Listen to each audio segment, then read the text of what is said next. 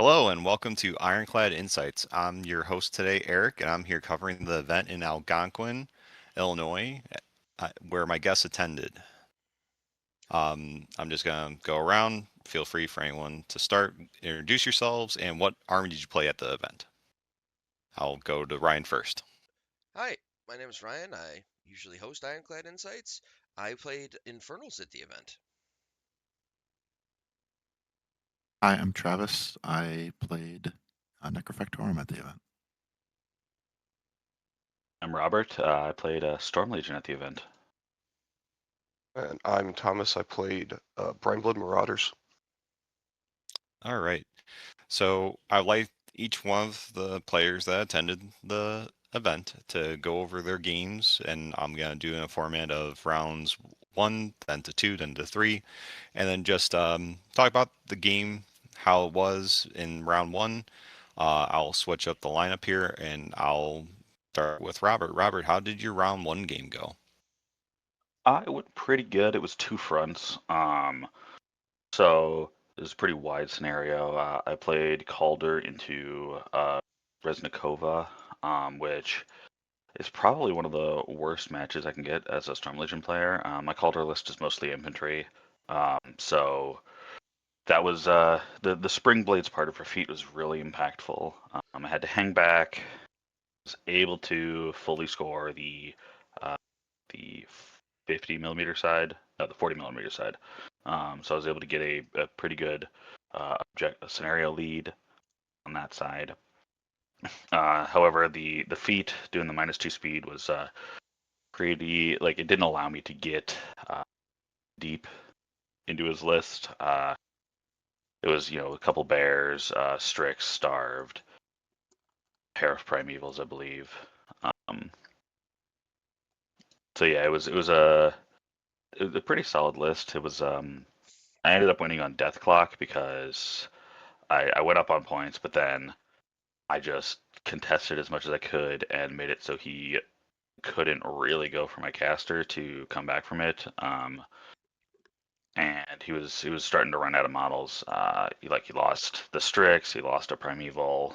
Um, I had fairly decent board control, but there was still always a chance that he could just get to my caster. And so I had to block him up with as many models in the middle of the table as I could to do that. And he just ran out of time to try to get to me. So. Okay. Travis, how did your round one go? Yeah, I got to play Marcus. Marcus has been playing Necrofactorum lately, but he decided to switch to Brimeblood Marauders for this event. He had brought, he was gracious enough to lend me his Hellrigger, which I proceeded to immediately drop into him. So I got to play his own model against him, which was a lot of fun. Uh, as Robert had said, it was two fronts. So the table ended up being that there was a giant obstruction by the 50s for us, and that locked his Abyssal King into a spot where it actually couldn't advance forward. I got to play pretty heavily in the center of the table and thought I was up really heavily on a scenario, and then he managed to clear the 50s and double score that, which immediately got me going, oh, I need to end this game very quickly. And Ragemonger ended up in the center of the table with Sub-Zero feet and a unit of Night Terrors able to go after him. And I think I only got through the Night Terrors before the game ended. So there's Sub-Zero did Sub-Zero things, casting Carnage, casting Scything Touch, casting Ghost Walk, and allowing Night Terrors and Mechanothralls to hit like trucks and eliminate Ragemonger. All right. Sounds like a very impressive assassination run. Moving down to Ryan. Ryan, how did your round one go? My round one go played Stephen Mitchell, who was playing Old Umbry. He's recently switched to that. Stephen's a decent player. I think he made a wrong choice because he doesn't play against Infernals a lot. So he dropped Reznikova, and I dropped Zadaroth, shocking literally everyone that you would play Zadaroth. Um, It's two fronts. I have noted issues with the scenario that you can, if you go second, which I did choose to go second, especially with the caster like Zadaroth, you can put your opponent in an awkward situation where they have to commit to the scenarios on their turn two. If they don't, you can clear just a few models, you can score 6 to 7 points, and then you can literally just run your entire army into them, feat with Zadaroth, and say, okay, try to clear this and score points. Well, that plan did not go as planned with some terrible dice, so I only ended up going up 4-0 at the end of that turn, and I'm sorry, 3-0 at the end of that turn, and giving Steven the opportunity to at least fight back into my army. Which he did his very best to do, but in the same light that I couldn't clear off the objectives, he could not either, and he was not really able to get anything to contest. I believe it was my 50, because there just wasn't anything within range between the models being in the way and distance to put models onto that 50 to contest. So at the end of the turn, he was only able to clear his 40 and contest the other 3 pieces. So I scored 1, he scored 1, and the game ended 4-1. Thomas, how'd your round one go?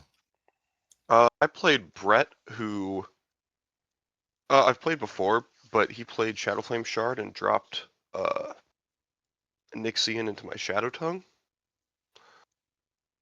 I don't remember a lot of the details except that I was cautious and just scalped out both of his Arc Notes so that he didn't have access to the assassination run on me. And then there was a hero tapper that got pushed, I believe, 12 to 15 inches. Oh, wow. What the hell? Stumbling drunk's a hell of a drug. I think it was just sitting on the edge of the 48-inch board. Jeez. Go to the corner. It wasn't doing anything, but it didn't die. But after I scalped out both of his lists, he just tried to keep me from scoring, but I just ended up removing the entire army from the board effectively. And at the last ditch effort, had to charge his Wyvern to put my Marauder crew on top of his caster, and then just non-charge attack killed the zero camp caster. Yeah, Marauder. Yep.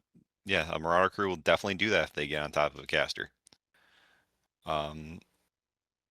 Any more comments about round one before we move on to round two, folks?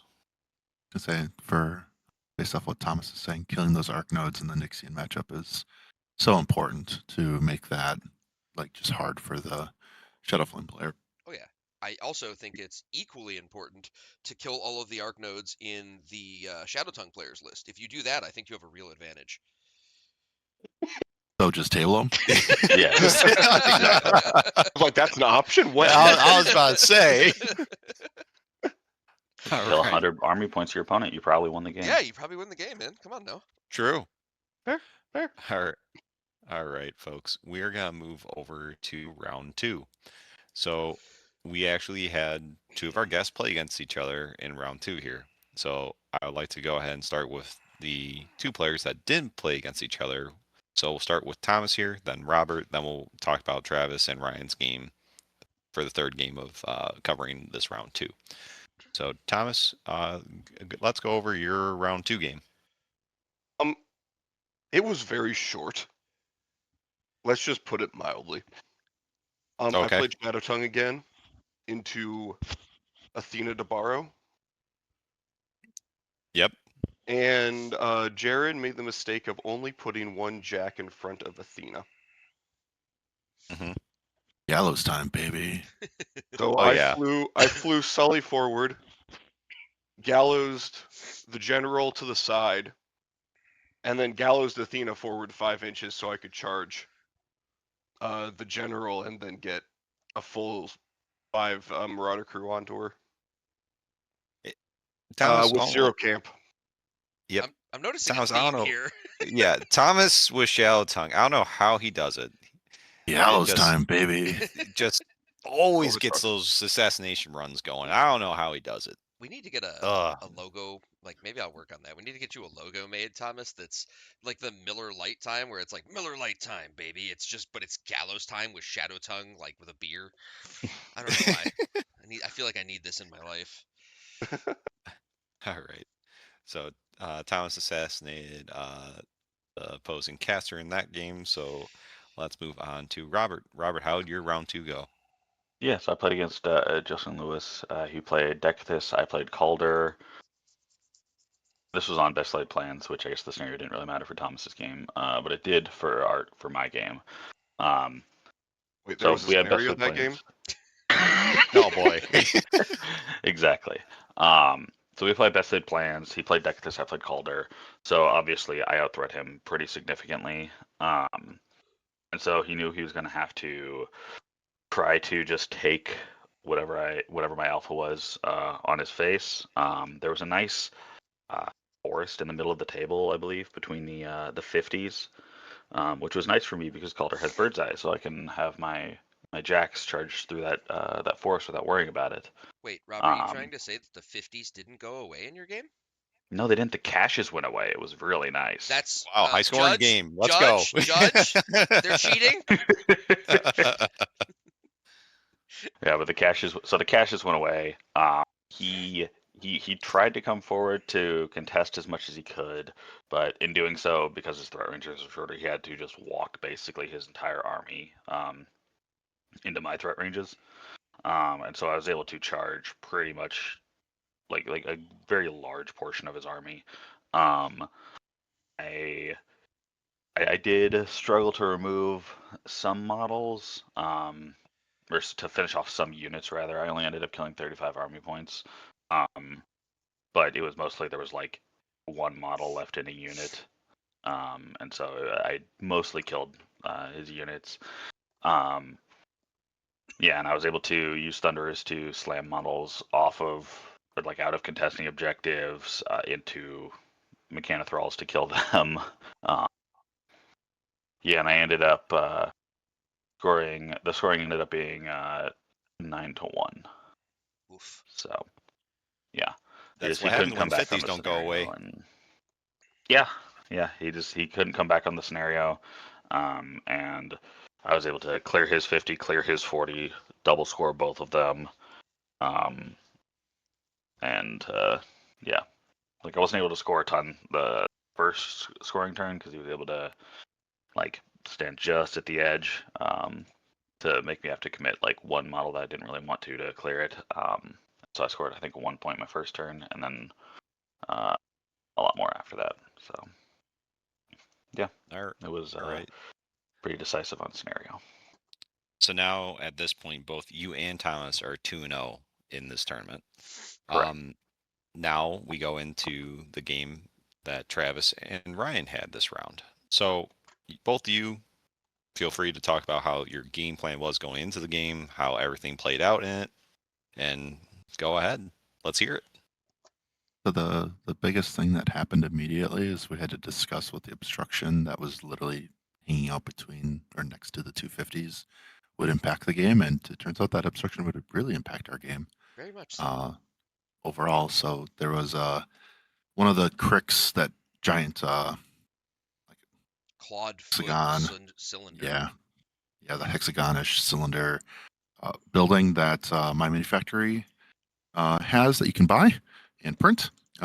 We had one of those sitting like an inch from Ryan's objective, like an inch from my objective, just like Oh chilling boy. in the center of the table. There's a giant obstruction near the 40s, and then there was like nothing. There may be like a hill near the Cash side. caches. Yep. Um, we both I deployed centrally with my entire army, and then a little bit like sludges on the near the 40.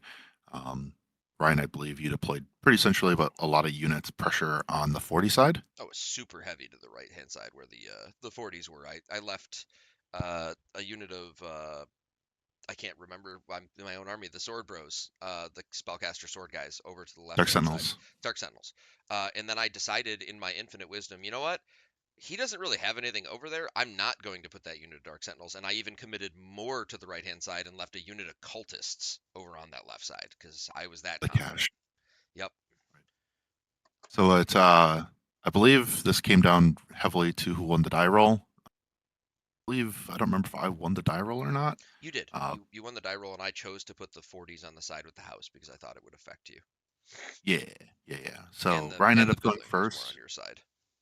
right? And Ryan ended up going first. I chose the side with the building Yep. to play peekaboo around the building. Literally most of the match, I had a raptor sitting in contest range of both 50s inside cover, inside like one of the nooks around this building, so it's just hard to remove. Um, my initial on this is we finished the first turn, and lo and behold, those 40s that Ryan put his entire army near disappeared. Oh And no. I'm going Oh to no. I'm going to try to put it in the video for people because I did take a picture because this bothered me. Travis didn't have a model within 12 inches of his side 40, let alone mine. And 3/4 of my army is within that 12-inch bubble. So I'm not saying I lost on that roll, but you can also I'll send you my photos from the matches as well. yeah. You can totally see from my side where there's just like this giant swarm, and I've got like everything huddled around the because I played Sub-Zero, says you're into Zadaroth. Um, I had everything huddled around the Hellraker, just literally like clown carring around it, and Ryan's army's all spread out, and it's like super heavy to my left to the 40 side, and it's just like, all right, I guess this is how it's gonna go. And I dove my Hellraker in to kill. What did I kill? You got my Forget what I. you got my snake. And so wait, you guys kept your 50s too? Yes, we did. Yeah, we got to keep our 50s. It's a lot of fun. Yep. This is Or highly you guys also unusual. cheated? You placed Yeah, This is highly unusual. Yeah, but we cheated less because the 40s went away. yeah. I wanted the 50s. I was okay with the 50s going away. I would have struggled if the 50s went. Um, Um, you yeah, I committed killed to a kill the snake. snake, and you tried. I think you got one howler and some other random sundry models. Right. But And then, it wasn't what it killed that mattered. It was where you ended up putting the model was the yeah, huge deal. it was literally sitting right in front of my objective with a swarm of guys and just literally staring at Ryan's army, going, "All right, do something about this." Uh, and Ryan killed it. But at that point, like everything had to be in the center of the table, so it just became a giant scrum in the center. Eventually, um, the his unit of cultists that went towards the cache got to encounter my unit of night terrors that also went over to the cache, and they got to have a little scrum in which cultists with non-magical Scrum. weapons uh, did not get to interact with night terrors in a foreseeable fashion. That's a really Uh, nice way to put that. yeah, yeah. Yeah. So I ended up scoring the cache, and because I had like went second on this scenario, I was able to um, score the center objectives pretty well. I believe, didn't I force you into at It least a was contemplation of assassination run? we made it to turn 4, and at the top of 4, you had whittled it down through. I'm sorry, it was 5, I think. You had whittled it down to the point where you were up by 5 or 5 points, something like that. Right. Because yeah, I think it was 8 to 10 to 4 is what it ended, yeah, it was right? 8 to 3, I think. I think you were up 5 points. And there was no feasible way for me to get all of the models off the 50s to score both. And I had Right. nothing that could feasibly get to your flag to contest it, even if I somehow could. Right. So I started looking for any kind of assassination line that I could possibly have. There was legitimately no way to get Zadaroff even remotely in the line of sight of Sepsira. And she was camping 4, so like there was nothing I could have done anyway to even And do in it rubble. and in rubble, and you had Oh shield god. guards, you had mech thralls around. Even if like I wanted to shoot you, there was nothing I could have done there. So I ended up just going for some pieces and trying to clear to score some points was what I ended up doing. And the game ended 10 to 4, and Travis hits me with a nerf bat again. Um, I will say, because I know if Cody does watch this, he's going to yell at me. I did have his specific Agathon list, and we have talked through how to play it. Just so you understand, Cody, and anyone else that plays Infernals, and I know Agathon is the correct play in this matchup, I have not put the games into playing Agathon. I like the caster, but I was not super comfortable, especially playing into someone of the caliber of Travis. I'm comfortable with Zadaroth, and with the table the way it was, I felt that I could play into this game, and I was wrong. The only other major thing was, and this is a failure on my part, is my Infernal collection only has 2 snakes. So when I went to summon the 3rd snake and realized in that moment, because it's never come up before, that I did not have the 3rd snake to put on the table, I was like, well, that's not good. Yeah. Secret surprise. This happened this following round as well. Yes, and then it happened against Thomas, but at least that time I was prepared for it.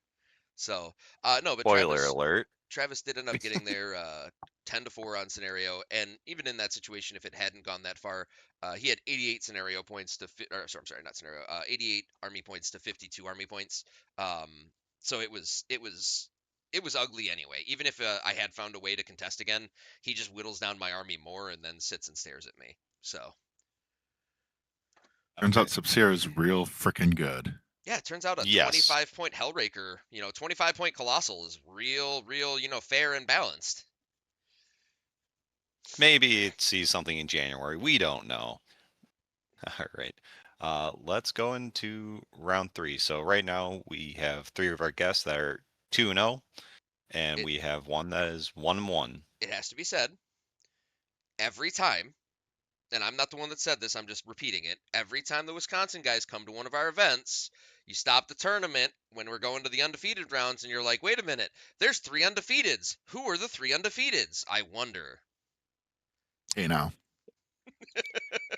To be fair, I couldn't attend this event because I was on vacation in Florida at this time. Otherwise, I would have been there. All And right. that still But wouldn't have changed what Ryan said. No, probably Yeah, not. you just got to keep coming down to take your money. Because That's all. you would have been paired into me oh in round 1, man. Eric. That's what would have happened. Oh yeah, yes, that would always happen. So we have we got paired into each other. So which one do you want to talk about first, Eric? So yeah, going into round 3. So yeah, so let's go ahead. Let's do Ryan Thomas's game first. Then let's do Robert and Travis's game second. Sound good? Sure. Sure. Thomas, do you want to start or do you want me to? Ryan, you might have a better memory of this, so go ahead. Um, we both got to the table and we both had a like 3-minute conversation about the terrain on the table and the casters that we should select versus the casters that we were going to select. And I know I did. I'm not sure if Thomas did. I know I chose the caster that I wanted to play again because I wasn't comfortable playing the other one versus what I think was correct. And I think Agathon is correct in that matchup. I'm not sure, but I think it's correct. I thought you felt the same, didn't you, Thomas? I think I agree that you should have played Agathon. Okay. Um, I don't know if I should have played Foul Blood or Shadow Tongue. I mhm, think Shadow Tongue was still the correct choice. okay.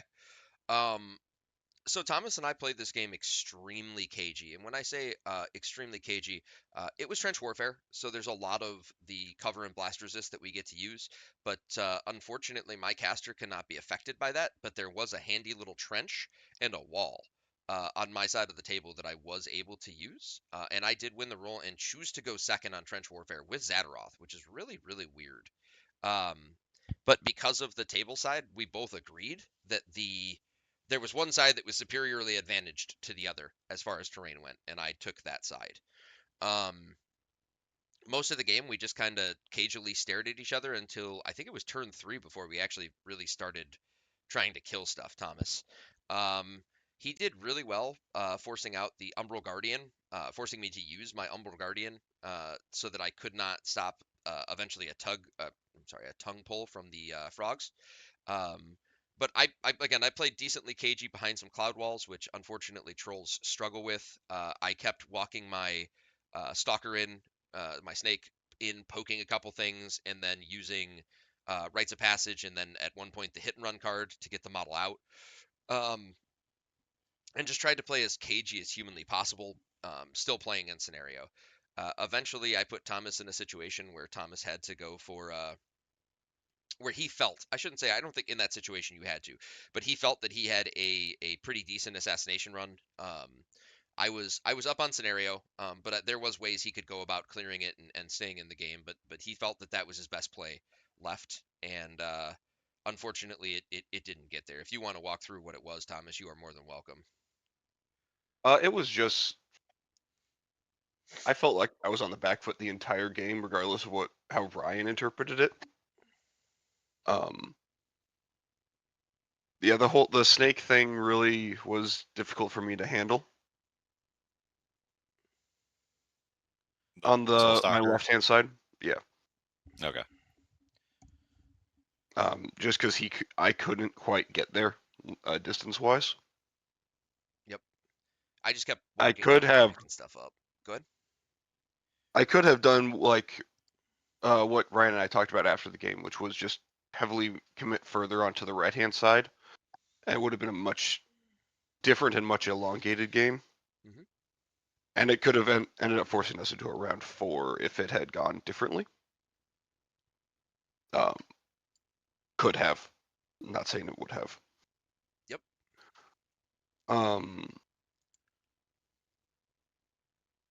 I know this is the first time I've actually struggled into an Infernals game.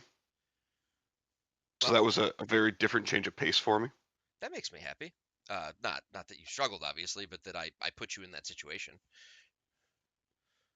Is it, Go ahead, Aaron. Thomas, is it more that there's not a ton of Infernal players around us here in our meta, or that you just don't It's see the matchup that often?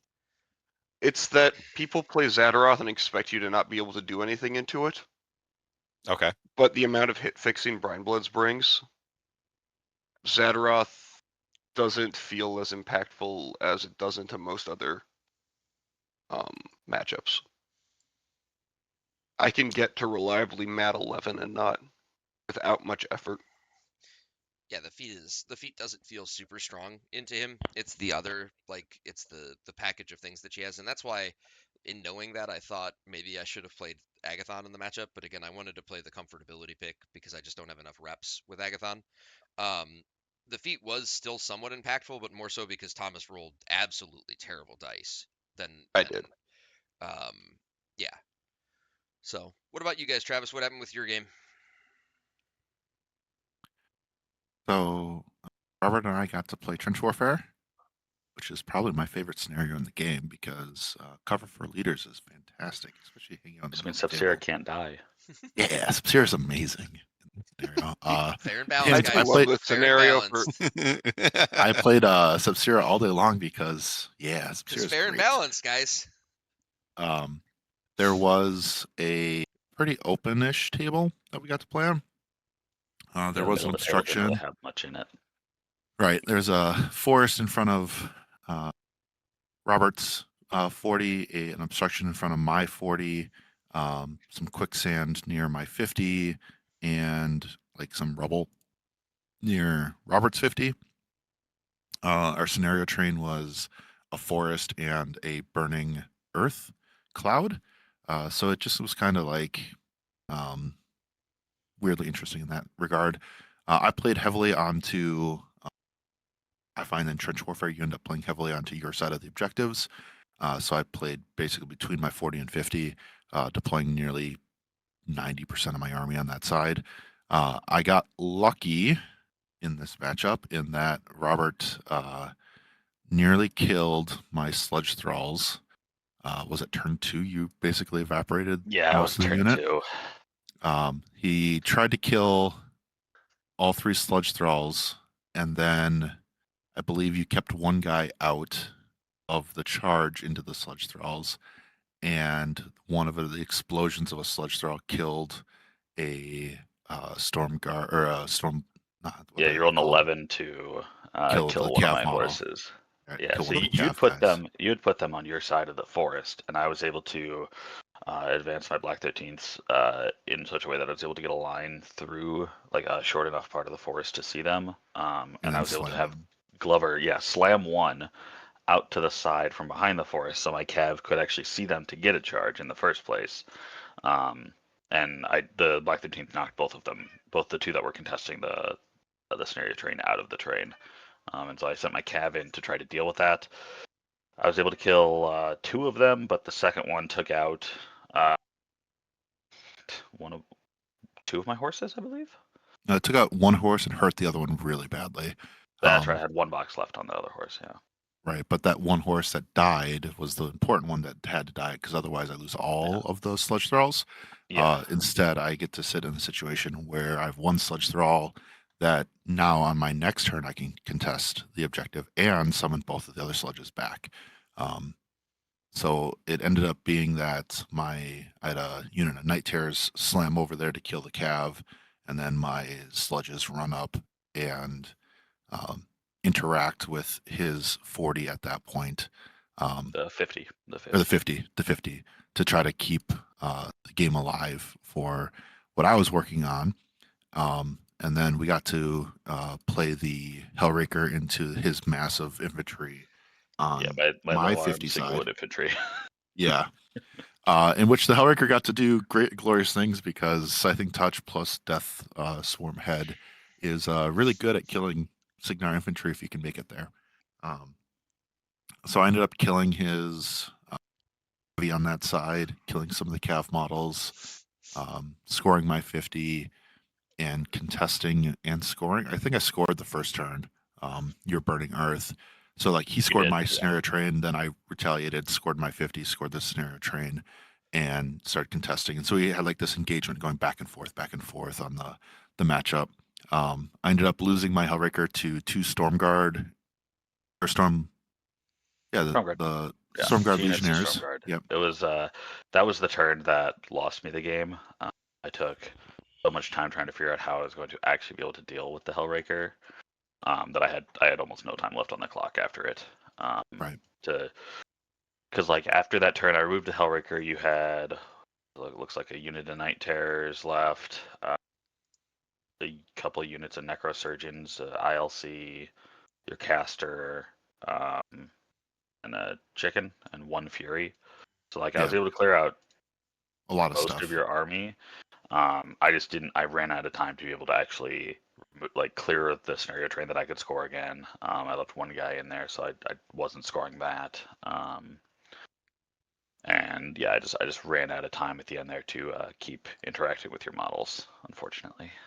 Yep. So the game ended up with one of the ways that I found that the Sub-Zero list plays well is just forcing your opponent to clock because they have to deal with the 18-inch threat of the assassination at every turn and then all of the different bullshit that exists inside Necrofactorum to make you deal with it. Like Storm Legion has some of the best answers for dealing with sludge thralls because Black 13th exists. So like Robert played it exactly right. You slam them all day long and you make their Black 13th And a sailors. they just make their lives miserable I for had, sludge thralls. Yeah. Yeah, I had one of my sailors slam one of your revived sludge thralls into your unrevived one, and It then killed it both. blew both of them, and one of them blew up and killed the other Third revived one. sludge Right. thrall. It was Oh, it was real wow. bad. Yeah. There's some bad dice rolling on my part of just blowing up sludge thralls. It was pretty ridiculous. But it ended up being that we had a pretty high scoring game at this point because both of us had been scoring each other's scenario train over and over again. So it ended up that with Robert really low on clock, he had to go for a pretty last ditch, not necessarily an assassination, but a last ditch. I have to clear everything this turn, and I just I couldn't get there. couldn't get there with that. And then the clock was real low, and then the scenario just ended up being tilting into my favor at the end. All right. All right. 2 things about that game specifically. One, the revive mechanic that you have in that faction and the amount of times that you can do it and then heal the models you bring back is stupid. Travis and I just played a game where I killed freaking 7 what are they called? The Night terrors. Night Terrors. I killed 7 Night Terrors and didn't get any points for killing those 7 Night Terrors because there's still 1 left in each unit, which, come on now, Hey. that's just dumb. The other thing is, Travis, if you don't somehow manage to make a way for the quicksand to affect the Hellraker, I'm going to be upset because that model should just like disappear if it touches fucking quicksand. Like, it's No, just we're gone. talking It's gone forever. Dune. No, Nope. Dune. No. This That quicksand's is my not friend. a Go dune through it. worm, sir. Yes, it is. What, it gets a speed increase? Yeah. No, it disappears forever. It just dies. It's just gone. You touch All right. quicksand, it's dead.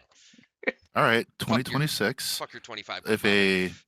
a Hellraker is touching quicksand, it gets 3 extra inches of placement, so it can go You know what? 13 You know inches what? No, instead of 10 Travis. inches. You gotta roll. You gotta roll a d6, Travis. You gotta roll a d6. On a 1, 2, or 3, it disappears. On a 4, 5, or 6, it gets bonus.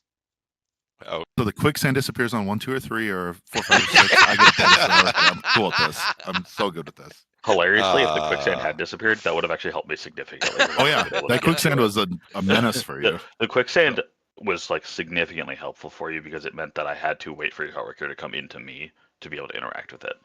Yeah, I was just hanging out behind the quicksand with the Hellraker going, come on, let's see what's going Yeah. on. I was like, I think it was like a quarter of an inch off on getting a couple of different charge lanes to it I do around think the quicksand, and I just couldn't quite get there to interact with it the turn that I wanted to. on a serious note with that model, that model for the model design just completely ignoring like all of the rules for colossals is frustrating. I won't lie. That tournament is a perfect example, Travis, of how it can be abused. You had it sitting behind that giant building on our side of the Yep, table, and as a person that plays, I think I can make this statement, more colossals and 120s than any other human being alive. I can sure. tell you that usually that is a huge detriment to you, is having a building in the middle of the table. But not only did Travis not mind it, he liked it. It was actually a great thing for him because he could put his model behind it. It really couldn't be charged because of angles and things needed. But then he just places around it because he doesn't care, because there's no angle needed for him. The same way with the quicksand. The quicksand technically still slows that colossal down if you're not placing it. Like, I Right. just Ghost I walking feel it. like it gets completely it just circumvents the rules. Which is, and It it's does. 25 points, which, like, is there another colossal in the game that's 25 points? I You're don't asking me to look up I data don't like think that. there I don't is. know. I'm not asking you to look up data. I'm sitting thinking in my own head. I know that the Conquest is 27, or Victor's 27. I'm sorry, but like there's ones that are close, but there's none. You put out this amazingly like strong model and then made it incredibly cheap, gave it all of these abilities, and allowed it to just ignore most of the impediments of the game. Yeah, that's ignoring that it doesn't have any damage output worth a damn.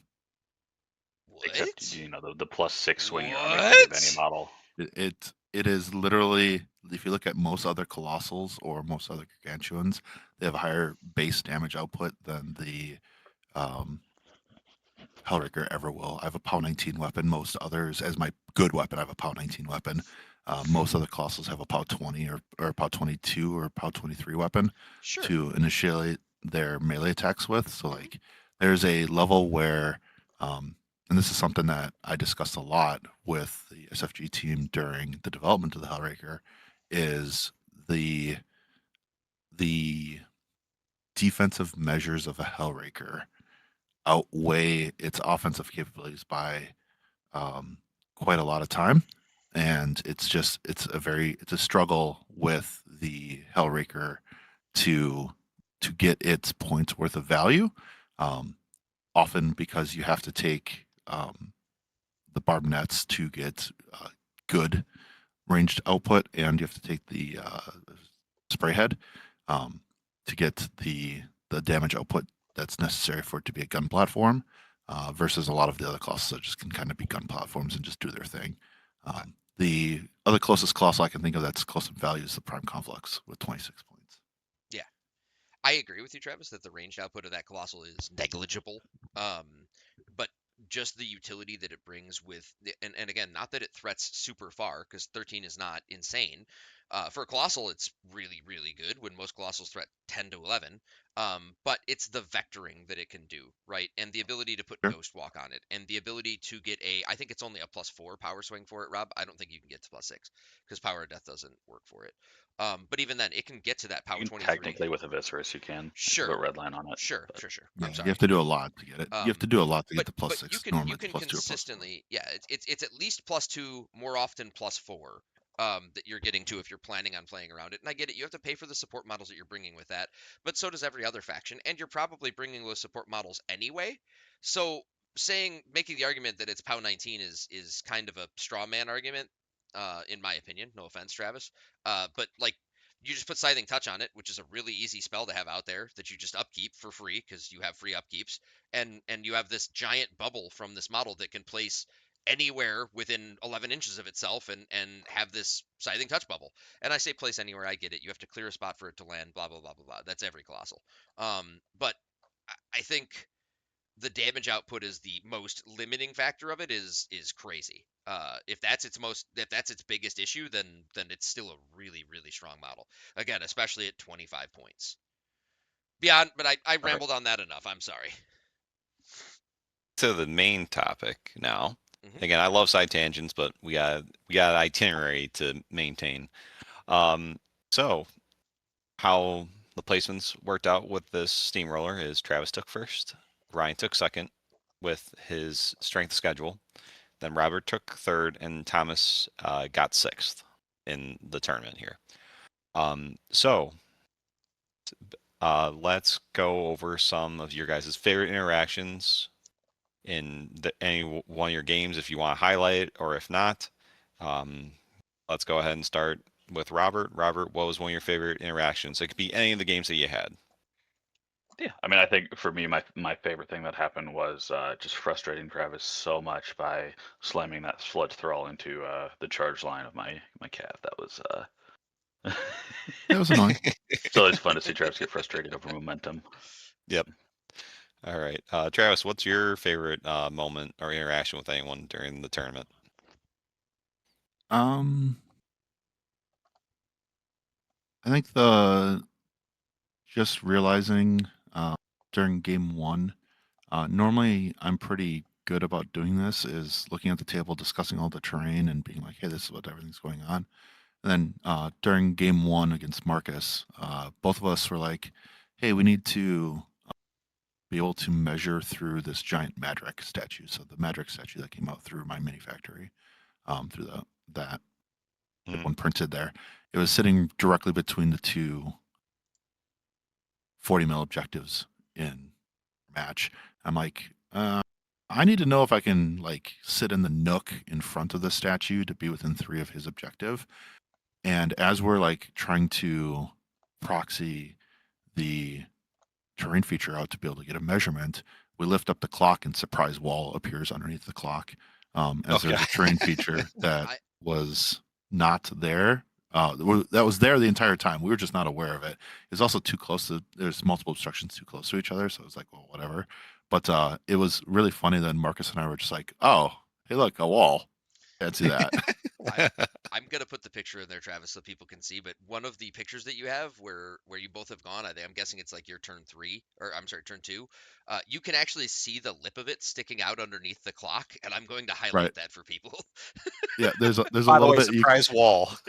right. Like it's the end of my turn one, end of his turn one. You can see a little bit of the thing, and then you can see the clock move back 6 inches because we had to move it, and we're like, oh, hey, like surprise wall.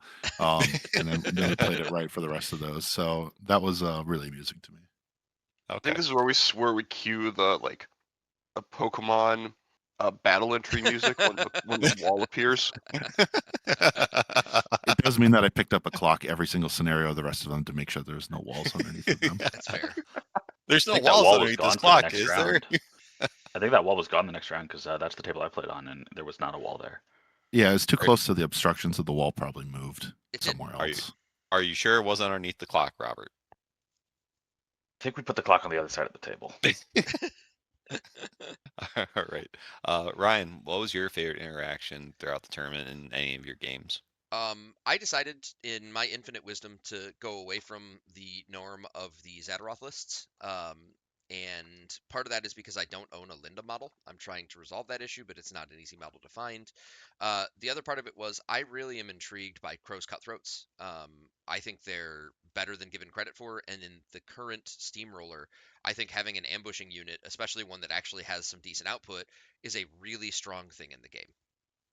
And my favorite part was the stupid interaction that Travis and I had between his sludge thralls and my crow's cutthroats on almost his deployment zone on the 40 side of the table, because there was 3 turns where they just kind of like slap fought with each other until Travis decided, I'm sick of summoning and rehealing these things. I'm going to just run them into the middle of the crow's cutthroats, and if you want to kill them, we're all going out. This is mutually assured destruction at this point. And it definitely Mhm. was. All of the sludge thralls ended up dying, and all of Crow's cutthroats ended up dying in that situation. Yeah, the only thing left was some Dark Sentinels that came in to help the day. Yep, that was probably my favorite interaction. Okay. Thomas, what was your favorite interaction throughout the tournament? Honestly, playing Brett, he's such a nice guy. Um, and as I'm sitting there coming up with ideas of what to do, he's just sitting there saying, "Yeah, do it," Yeah, Brett. egging me on to do it. So it was a fantastic experience there. Brett wants you to Ryan, you win want the to say game. something? Brett wants you to win Yeah, the game. Brett just wants you to win the game in the coolest way possible. He's such a wonderful person. exactly. I'm sorry, Thomas. No, you're good. Um, and then hopefully after the game with Jared, I was able to give him some advice, and hopefully it helps him. Uh, don't give Shadow Tongue first if you have the option. Hmm. Uh, Yes. put more things in front of your caster than one item, one model. Yep. Things will go a little bit better for you. All right. So before we move on to some of the other topics on the itinerary, is there anything else you guys want to discuss about the steamroller before we move on? The store was really nice. I actually really liked going to that store. So I didn't say the Minus the name. weird trip to get there. Yeah, we had a zigzag through like a million different things. Our GPS threw us a weird direction to get there, but it was a very spacious store. There's a lot of stuff. It was very cool. Yeah, Grognar's in Algonquin, Illinois. That is the store. So if you're in that area of Illinois, please. I think you guys go there every Wednesday, Ryan. We do. Every Wednesday we're there. All right. Oh, So one other thing I wanted to yes. bring up. Because my game was so short round 2, I was able to help out Mike, who started a teaching game with 2 new people who were interested in the game. So I got to, instead of sit Oh around wow. for 2 hours, No, I that's went and awesome. coached them through Oh, War Machine. Which we definitely appreciated because we kept calling for Mike for judge calls and he wouldn't appear at hmm. all. So it was very useful for you to tank the demo. So we really do appreciate it. I know that you really love uh, showing people the ropes and helping people get through the game. So it's really cool to see and I'm really glad you did it. I do also want to piggyback off Thomas and give Mike Gatone a shout out, because Mike is such a pillar of the community for us in the Chicago region. He instructs new players. He sets up game nights for us. Mike's at the one of the other guys that runs events. Myself, him, James, Steven. We try to switch it off so that nobody's running them all the time. But Mike and Marcus organize the Wednesday night games. They organize other meetups, and they meet up with all the new players and do the demo games. And that just takes a certain type of person that I don't necessarily always have the patience for. And I apologize for that to the people that want test games, but those guys do, and they're just wonderful human beings for it. Yeah, no, I'm very grateful for the community that we have here in the Chicagoland area and the Wisconsinites that come down, and we go up to your All guys' right, all right, steamrollers as all well. right, all right. That just let's relax on that part of it. The Chicago Met is Yeah. cool. The Wisconsin guys are okay. Thanks for letting us come down and steal your lunch money. Yeah, It's a here we great time. go. Here we go. Technically, they're still part of Chicagoland, but that's another topic for another time. So, It's just a so let's suburb of go. Chicago. So, so the next thing that I have on the itinerary here is this is directed towards Travis and Robert. What are your guys' reactions to the spell rack going away? Travis, if you want to go first. Sure. The biggest thing that I've noticed over the course of 2025 and part of 2024, I believe 2024, the Mark IV still came out. I don't remember for sure. Is racks had 3 or 4 spells that were fantastic on them, and 5 or 6 spells that were so, maybe 4 to 5 spells that were so, and then a couple duds. Pretty universally across most of the armies. It became to the point where during my gaming, if I did not take Ghost Walk as my first spell, I was doing something wrong, and it was either Carnage or Scything Touch as my second or third spell. If I had 3 spells, it was both of them. If it was 2 spells, I had one or the other. Um, I didn't really have choices. Rax really forced, not to say forced, but I had spells that I liked for my playstyle and spells that were universally good spells. I think anyone on this call can say if you had the option of taking Ghost Walk, I think Touch, and Carnage as 3 spells you could put on any caster in the game, you would in a freaking heartbeat. Yep. And Rax made it really hard to branch out for certain things. So um, if you didn't take those spells, you were necessarily not necessarily playing down, but you were definitely not playing to the full potential of um, your lists. So it ended up being something that stagnated pretty quickly once you quote unquote solved your rack. So the announcement that racks were going away at Lock and Load was a interesting change. What I think we will see is we will see different leaders come to the forefront that weren't there before because of their spell selection. So the racks being disseminated across the different leaders inside an army will cause other leaders to possibly prop themselves up, where it's like you won't see as a Necrofactorum player if an army had access to Silence of Death, you saw Silence of Death. Now you will see the caster with Silence of Death or the other caster, the other leader. So it'll be interesting to have different playstyles come into effect where you're not going to see the same spells every single time. You're going to see different leaders with different faction or different leader identities because of it, and it's just going to change the game pretty heavily on both list building and play. I For totally agree. for the Uh, record, I don't think it's as cut and dry, Travis, as like the extra spells just being extra and you're consistently taking the. I don't think it's like a 90% you're taking these 3 spells. But I do agree that it is more often than not. um, Robert, what are your thoughts with the spell rack going away? Yeah. So for me, as a Storm Legion player, I am concerned because at least a big part of what made the big change from Storm Legion 2024 to 2025, where 24 it was really struggling, it was not doing good, and then 25 it's been pretty good. There were 2 big changes for that. It was the Stormbanes applying to everything, that, not just non-magical attacks, and then um, Electrify being able to go to model unit, so the infantry actually had a damage buff. And Yeah. with that going away, it's like we don't know who's getting Electrify or whatnot. That's gonna be for me. That's it's different from Travis, where it's like, oh, you have all of the options in the world and still have access to Ghost Walk because of Deathjack. It's like my 1 damage spell is going to a caster probably, and it's a little concerning there. I feel like in general it will help with a lot of problems that have the game has right now, where it's if you have to actually roll to hit, a lot of the times it's don't snake because you need a -2 to hit. Um, and Yeah. Snake Eyes just auto misses, so it's like that's your only option. It's going from that to potentially actually needing something to hit. I think it really depends on what casters get what spells. Yeah, I think it really depends on that. But in general, I'm happy with it because now I don't see, I won't see every Orgoth list just having Carnage. And, when I'm playing Calder, I won't just say, oh, cool, my opponent has a thing that directly counters my entire feat on their rack. That's fun. Yeah, that I did get won't see that pretty anymore. boring. With everyone taking, again, being an Orgoth player. Carnage, number one, like if you didn't take that first, you were doing something wrong. There's no reason Um, not to take it. Is the right. big thing. Hey Rob, you do know that Kane's going to get Electrify, right? He's going to be the infantry caster now. That's what's going to happen.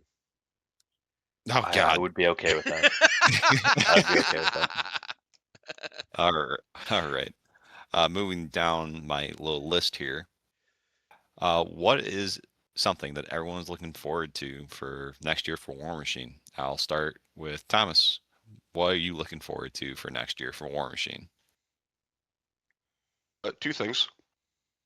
One, we started seeing the 80 mil character models come out, so I'm really excited to see whatever they give to Brine Bloods, or if they're giving something to Brine Bloods. I'm assuming they are.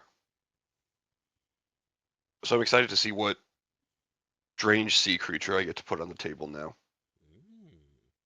Mm. Um, and then Kithgard.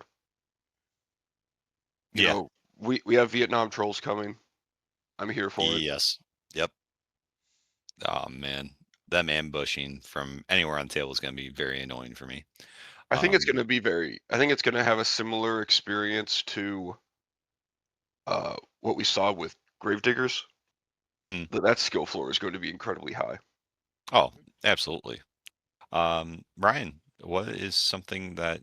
I'm sorry, Thomas. I did. Are is that what you're looking forward to, Kithgard, and then your new 80 mil when it gets released? Yep. All right. Ryan, what is something that you're looking forward to next year for War Machine? Um, I'm going to be a little more self-interested, and I'm putting my name forward for WTC, and I hope that I at least get looked at to be selected. And if I get to go, I hope I put my best foot forward. If not, I have a slew of cons that I've already got scheduled and set up with hotel rooms and plane flights to go to, just like I did last year. And just like every year, the interactions I have with people are why I play this game. I like going to cons to play with my little toys on the table, but I more so enjoy just going and hanging out with my friends. All right. How Um, late at Siege are we going to be up playing Magic every night? Too late. oh God. Oh man. And I'm not the problem. Moving on. Travis, what is something that you are looking forward to for next year for War Machine? Being the problem. Um, from the way you said that you're not the problem, then immediately go to me. Apparently, I need to be the problem more. Um, When aren't you no, the I'm More? just problem? I'm looking forward to being able to switch up a little bit of my list play. I felt uh, one one of it's self-imposed. I have a number of models I'm still waiting on my fantastic painter to finish up to allow me to switch up my list a little bit. So I'm patiently waiting for those, and then playing some new lists, playing some different casters. I haven't played Nicane basically much of this year. So I'm looking forward to dropping the Kane again, playing some Decathus, maybe playing some Kythos. Lo and behold, I don't like playing the best caster in the faction based on win rate inside Longshanks. I'll just play the second best caster in the faction, which is Sipsira. Um, and yeah, I'm just looking forward to exploring new parts of Necrofactorum, seeing what what shenanigans I can get up to with the faction, and yeah, just having a lot of fun with it. All right. Yeah, I always love experimenting with new casters myself when I get the opportunity to. Um, Robert, what is something that you're looking forward to for next year for War Machine? Yeah, similarly to Thomas, I'm looking forward to the new Thunderhead 80 mil for Storm Legion. It looks really cool. I'm excited to be able to put him on the table. Hopefully soon. And also just all of the armies that they're putting out for 3D printing because I have a Saturn 4, so I've been printing a whole bunch of stuff. Printed everything for Crucible Guard, everything for Dark Ops. That's out so far, and yeah, just looking forward to all the other armies that are coming in this year. Being able to print those and then have those to play. Yeah, I have a 3D printer myself that I have not even printed a single thing off of because I am too scared to start because I'm afraid I'm going to mess it up. So I definitely want to at least start printing out some terrain. But yeah, like Thunderhead looks good too. Like I play Storm Legion as well. It's going to be very hard for me not to drop my Orgoth for a minute to go play some Signar when he gets released. But But I'm still Trogdor. liking my Dragon. Yeah, Trogdor, Azrak, Trogdor, the Burnator. Um, so just for the listeners for Ironclad Insights, this is probably going to be our last video for the year, just because of we're probably going to wait for the January update to maybe do our next video. for our podcast series. We're looking to try to get some battle reports out there soon. Um, but yeah, so now I Eric, would one like thing I to. want to interrupt you on for that. Sorry. Yes. Yeah. We are going to try and look at once those January changes come out and are public. Um, Yeah. we want to talk through how those are all going to change model viability, so that might be coming out in January. We'll see when those release. Yeah. Absolutely. Um, so another thing I have on my little list here is if any of the guests here want to plug any tournaments that they know of or are running, any other content creators, if they want to give a shout out to, I'm gonna go ahead and let's go ahead and get started with Robert. I'm coming back to you. Anything you want to plug or shout out? I mean, I'll plug the Milwaukee Steamroller that Travis is going to be running. It's a IG qualifier. It's February 7th at the Game Universe in Franklin. Um, yeah, we already have 20 people signed up. Space for 32. Does that sound right, Travis? That is correct. Yeah. It is in So the new store area. They moved literally, I think, two 2 stores over. buildings. Yeah, two stores over inside the strip mall they're in, and lots more space at this event than I'm used to running for their event. So we're very much looking forward to the Game Universe Iron Gauntlet qualifier. All right. Travis, besides your event that you're running in February, is there any content creators you want to shout out or event that you want to shout out? Mm, Really, just Adepticon. The preview cart went up for Adepticon. I believe the actual cart goes live sometime in January or early February. Um, it's going to be a really great time. If you weren't there last year and you saw the keynote on YouTube, it was a fantastic time to do it live in person. And I am really excited to run events for folks again at Adepticon. Awesome. He Um, he won't say it, so I'm gonna say it. Guys, Travis is a wonderful resource for the game, and I try not to bother him, but I do get a lot of knowledge going to his streams. He streams almost all of his War Table games. It is like I said, a great source of information and just a way to interact with somebody in the game. Travis, I'm not going to try to butcher your Twitch name. Go ahead and say it. So it's twitch.tv/Nakurazu. You can find it on Facebook. If you're on my posts, if you have me friended on Facebook, I'll normally reshare said posts. But yeah, it's just one of my forum handles. I'm gonna put it in the video as well, so you guys will be able to see it and go over there and follow him. Subscribe if you want to, and like I said, just join and hang out. It's a lot of fun. Appreciate that. Thank you. Great. Ryan, is there any content creators or tournaments Just or did. events that? No. All right. Moving on. Thomas, uh, is there any events or content creators you want to shout out? I think everybody's covered basically everything. I just want to say that there's also some local events happening in Chicago coming up, as well as one up in Eau Claire Hmm. come March. Yeah, there's And the then 120 January 24th, the Chicago Post Update one, mhm, and then the one that you're mentioning is 314. There's a IG qualifier in Eau Claire, Wisconsin, the March War Machine Madness event. 2 days Ooh. before my birthday. Nice Or- birthday tournament. Yep, let's go. Exactly. Other than that, we should, I believe, all see you at Siege. Hmm. So if anybody's going to Siege, Yep. stop by, say hi. Yeah. I do have one shout out, and that's so our friends Mike and James, I believe, started their own bat rap channel. It is called Windy City Wargaming. I think they have 2 battle reports out currently on YouTube. I just wanted to give them a quick shout out. It's always nice seeing other content creators out there and pushing out content. So it was nice to see. Yep. They did Um, drop that second one, didn't they?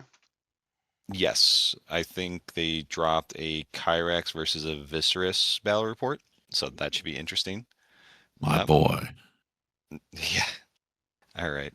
So everyone, thank you for listening to our podcast series of the local steamroller that we ran, and with some other topics thrown in there.